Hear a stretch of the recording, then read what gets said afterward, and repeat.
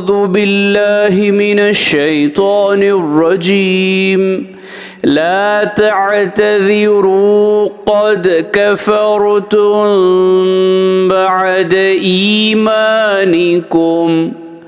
إن نعف عن طائفة منكم نعذب طائفة بأنهم كانوا मुजरिमीन।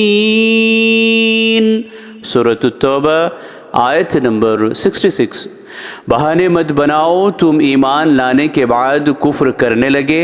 अगर हम तुम में से एक जमात को माफ़ कर देंगे तो दूसरी जमात को ज़रूर सज़ा देंगे, इसलिए कि वो जुर्म करने वाले थे। सदक़ल्लाहुल अज़ीम। अल्लाह अज़मत वाले ने सच फरमाया।